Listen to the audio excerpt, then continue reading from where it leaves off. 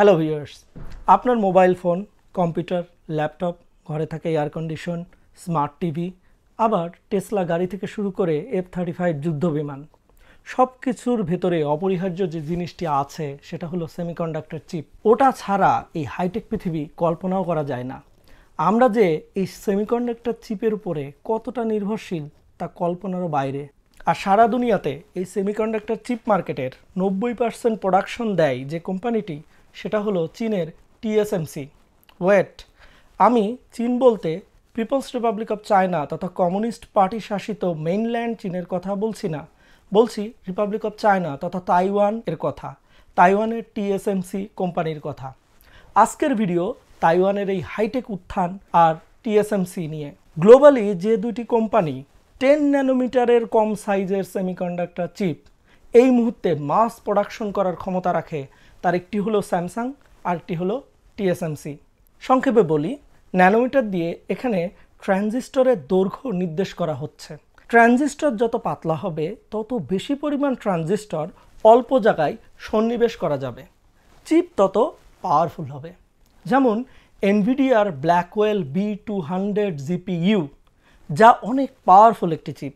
এতে 208 বিলিয়ন অর্থাৎ 20,800 কোটি 4 ন্যানোমিটার চিপ আছে। এই চিপগুলো ডিজাইন করা হয়েছে আমেরিকাতে, তবে প্রস্তুতকারক ওই সেই তাইওয়ানের TSMC।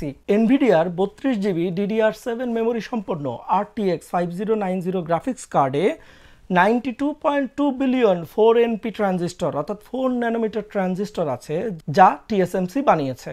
এবং গ্রাফিক্স কার্ডটি সেকেন্ডে 3,352 ট্রিলিয়ন AI অপারেশন TOPS সম্পন্ন করতে পারে। চিন্তা করে দেখুন, কল্পনা করতেও অবাক লাগে। খোদ People's Republic of China semiconductor chip সাপ্লাইয়ের জন্য অনেকাংশে এখনও তাইওয়ানের TSMCর উপরে নির্ভর করে। 2020 সালে সারা বিশ্বে যত চিপ বিক্রি হয়েছিল তার 53.7% ইউজ করেছে চীন।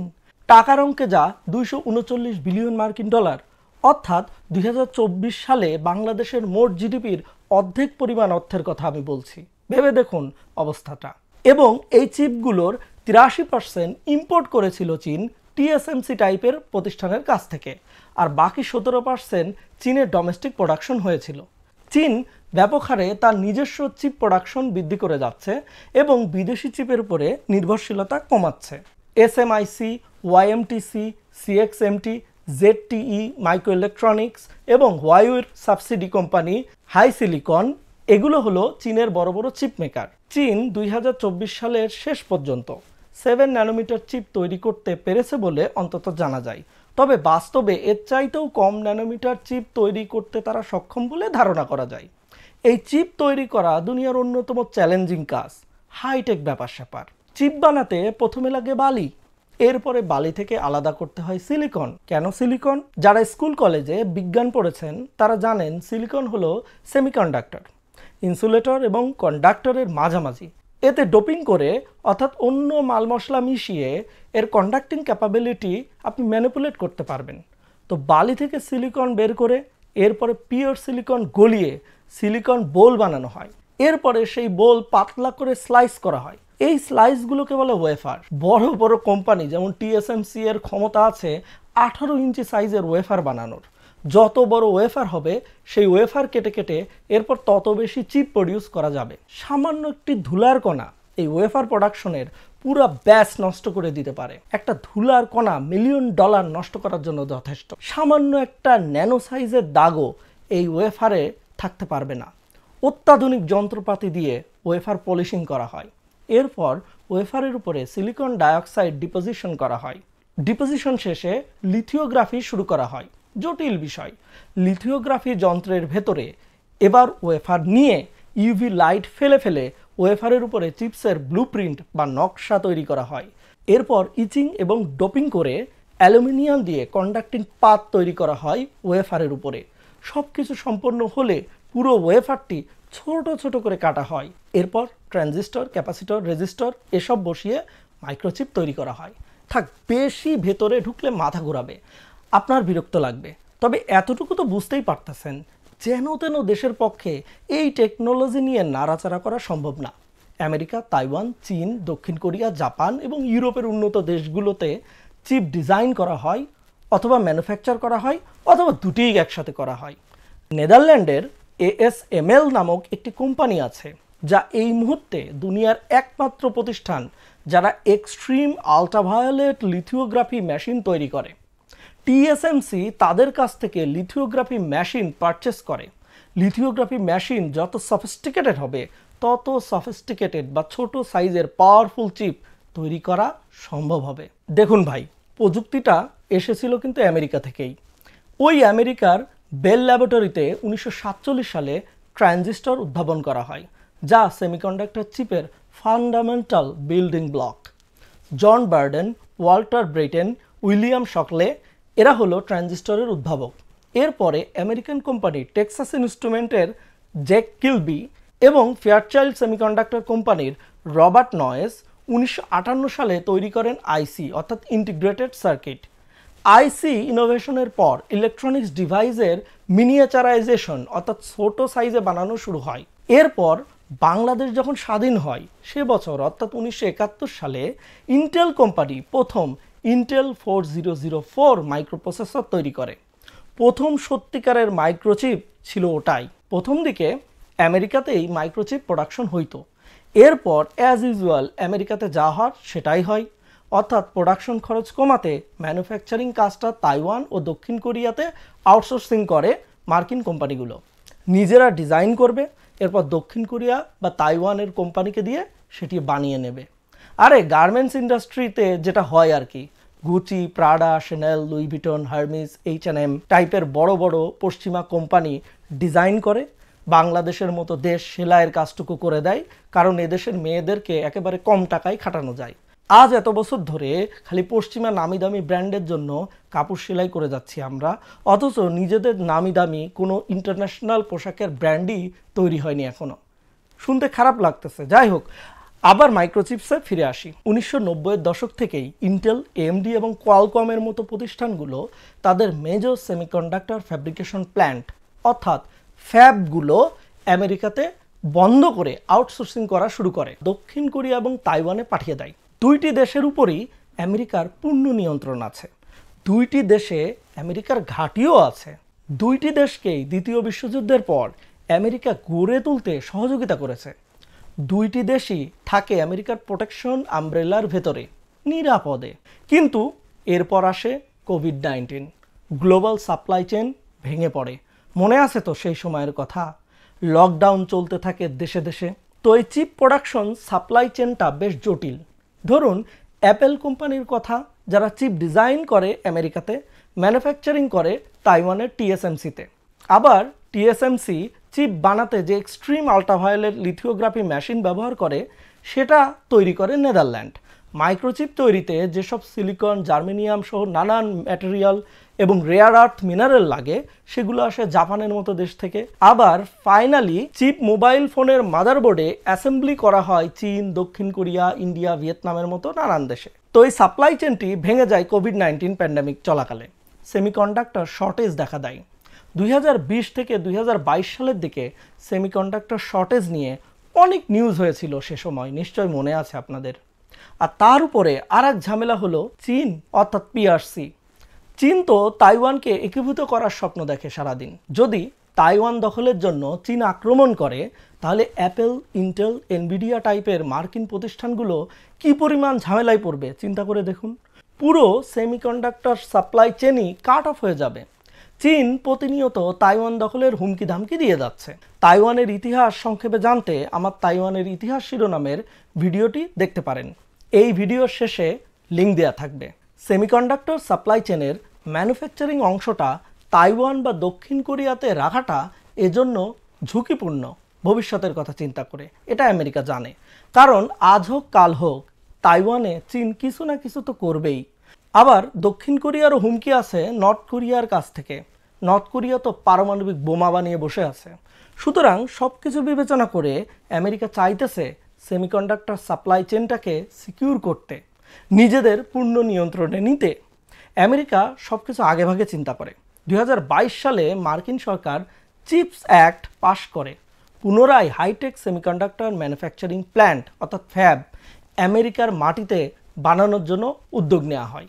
কোম্পানিগুলোকে ইনসেনটিভ নানান সুযোগ সুবিধা দেওয়া হয় এই আইনের আওতায়, যাতে তারা ফ্যাক্টরি খোলে আমেরিকার মাটিতে। অলরেডি ইন্টেল আবার কিছু ফ্যাব আমেরিকাতে চালু করেছে, যেমন অ্যারিজোনা স্টেটে ইন্টেল খুলেছে ফ্যাব 42।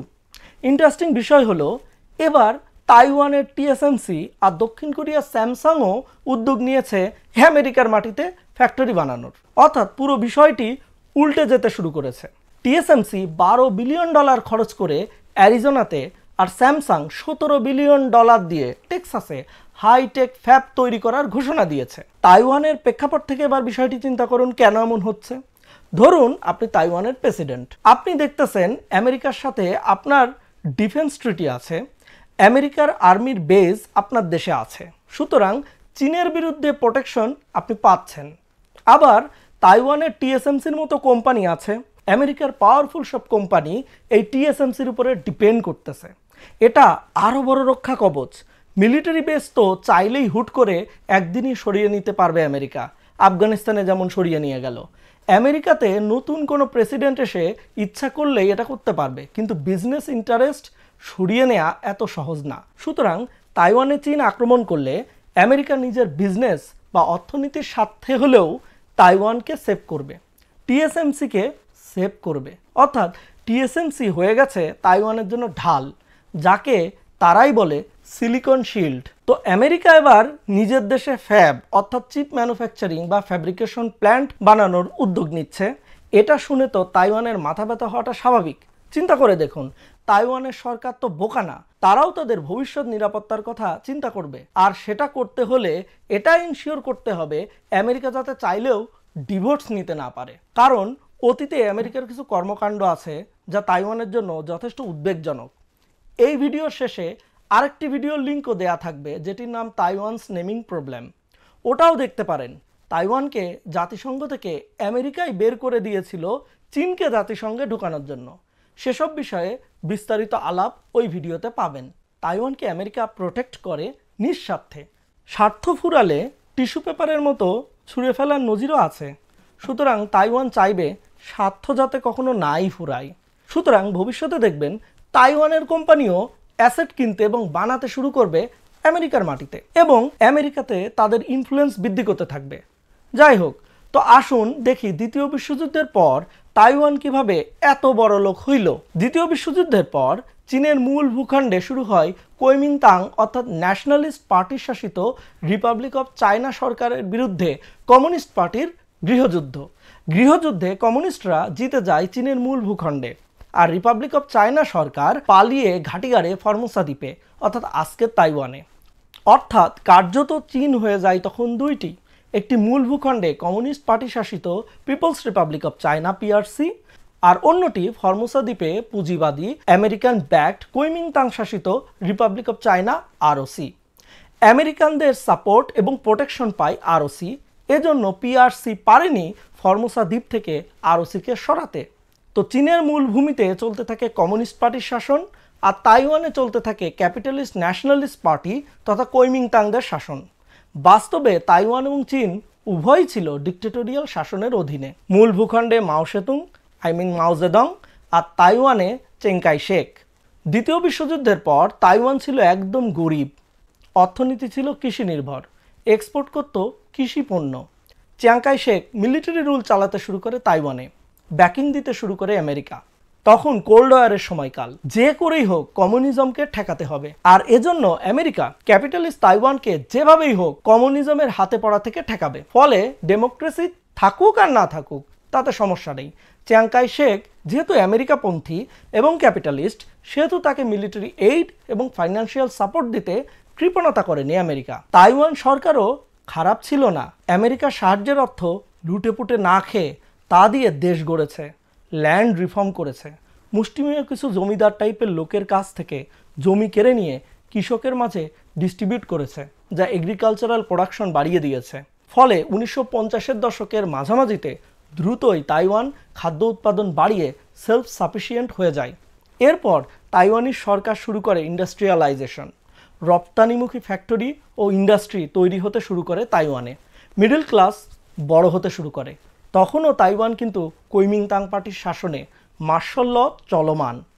1975 সালে চিয়াং কাই শেক মারা যান। তার ছেলে চিয়াং চিংকু তাইওয়ানের ক্ষমতায় বসেন, অর্থাৎ নয়া ডিক্টেটর। এই ভদ্রলোকের আন্ডারে তাইওয়ানে ডেমোক্রেটাইজেশন শুরু হয়। 1987 সালে মার্শাল ল তুলে নেওয়া হয়। 1988 সালে চিয়াং চিংকু মারা যায় এবং তার সাকসেসর লি তেং হু তাইওয়ানকে ফুল ডেমোক্রেসিতে কনভার্ট করে। ওদিকে চীনের মূল ভূখণ্ডে অর্থাৎ কমিউনিস্ট চীনেও বেশ কিছু পরিবর্তন এসেছে। মাও জেদংয়ের ন্যাশনালাইজেশন এবং দ্য গ্রেট লিপ ফরওয়ার্ড নীতিগুলো চীনের অর্থনীতির জন্য প্রায় ডিজাস্টারিয়াস ছিল, কিন্তু ক্ষমতা যখন দে জিয়াংপিং এর হাতে যায় তখন তিনি গুরুত্বপূর্ণ সব ইকোনমিক রিফর্ম শুরু করেন এবং চীনের অর্থনীতি ধীরে ধীরে ঘুরে দাঁড়াতে শুরু করে। এই সংস্কারগুলি চীনকে বিদেশি বিনিয়োগের জন্য উন্মুক্ত করে দেয় এবং দ্রুত শিল্পায়ন হতে শুরু করে চীনে। তবে অর্থনৈতিক প্রবৃদ্ধি সত্ত্বেও চীনে ডেমোক্রেসি আসেনি, যেমনটি তাইওয়ানে এসেছিল, বা এসেছিল না বলি আনা হয়েছিল। আবার তাইওয়ানে ফিরে আসি। 1991 সালে তাইওয়ান তার অর্থনীতি লিবারালাইজেশন করে দেয়। এতে বিদেশি কোম্পানি আরও বেশি তাইওয়ানে আসতে শুরু করে। খেয়াল করুন, একই সময়ে কিন্তু ভারতেও ক্যাপিটাল অ্যাকাউন্ট লিবারালাইজেশন শুরু হয়। টিএসএমসি কোম্পানিটি প্রতিষ্ঠিত হয় তারও 4 বছর আগে, 1987 সালে। কিভাবে, এবার সেটা বলি। উত্তর হলো মরিস চ্যাংয়ের হাত ধরে, যার জন্ম 1931 সালে চীনের মূল ভূখণ্ডে, তাইওয়ানে নয়। কিন্তু ছোটবেলা কষ্টে কেটেছিল তার শৈশব। আফটার অল তার শৈশব কাটে চীন জাপান যুদ্ধ, দ্বিতীয় বিশ্বযুদ্ধ এবং চাইনিজ গৃহযুদ্ধ এসব দেখে। 18 বছর বয়সে মেধাবী মরিস চ্যাং পাড়ি জমালেন আমেরিকাতে। ভর্তি হলেন হার্ভার্ড বিশ্ববিদ্যালয়। 1 বছর পড়ার পর বিশ্ববিদ্যালয় চেঞ্জ করে চলে গেলেন এমআইটিতে। পড়াশোনা শুরু করলেন মেকানিক্যাল ইঞ্জিনিয়ারিং নিয়ে। ব্যাচেলর আর মাস্টার্স করলেন এমআইটি থেকে, কিন্তু পিএইচডি এর কোয়ালিফাইং পরীক্ষায় ফেল করলেন। পিএইচডি করার চিন্তা বাদ দিয়ে 1955 সালে চাকরি শুরু করলেন সিলভানিয়া ইলেকট্রিক প্রোডাক্টস কোম্পানিতে। আমেরিকার একটি কোম্পানি যারা vacuum tube, electric fuse, radio, ক্যামেরার ফ্ল্যাশ টিউব, আগেকার দিনের টিভির পিকচার টিউব এসব বানাইতো।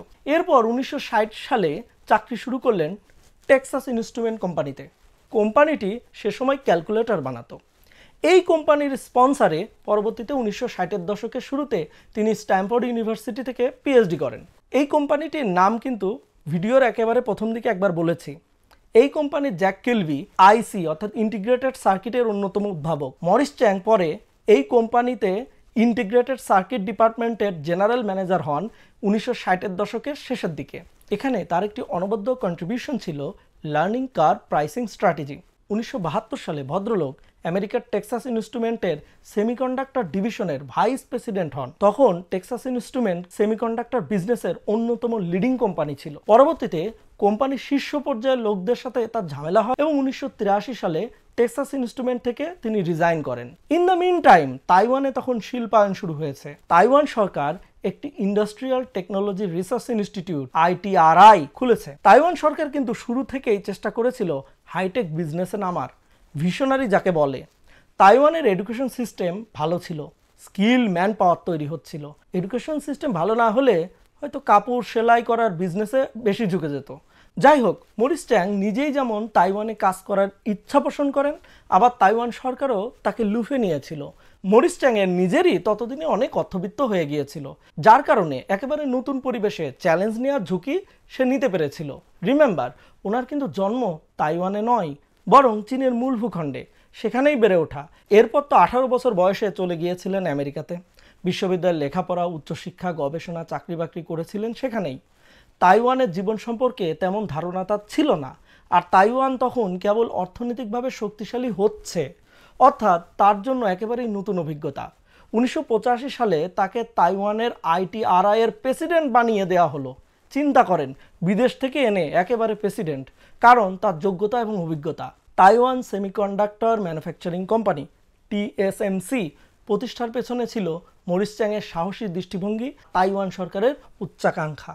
তাইওয়ান সরকার স্বপ্ন দেখেছিল দেশের শিল্প খাতকে হাইটেক ম্যানুফ্যাকচারিং সেক্টরে কনভার্ট করার। তাইওয়ানের তখনকার শাসক লি কুইতিং বুঝতে পেরেছিলেন যে সেমিকন্ডাক্টর শিল্পে প্রবেশ করা তাইওয়ানের জন্য অত্যন্ত জরুরি। তবে তাদের কাছে ছিল না গবেষণা উন্নয়ন অর্থাৎ R&D, প্রযুক্তিগত মেধাসত্ব, চিপ ডিজাইন এবং বিপণনের অভিজ্ঞতা।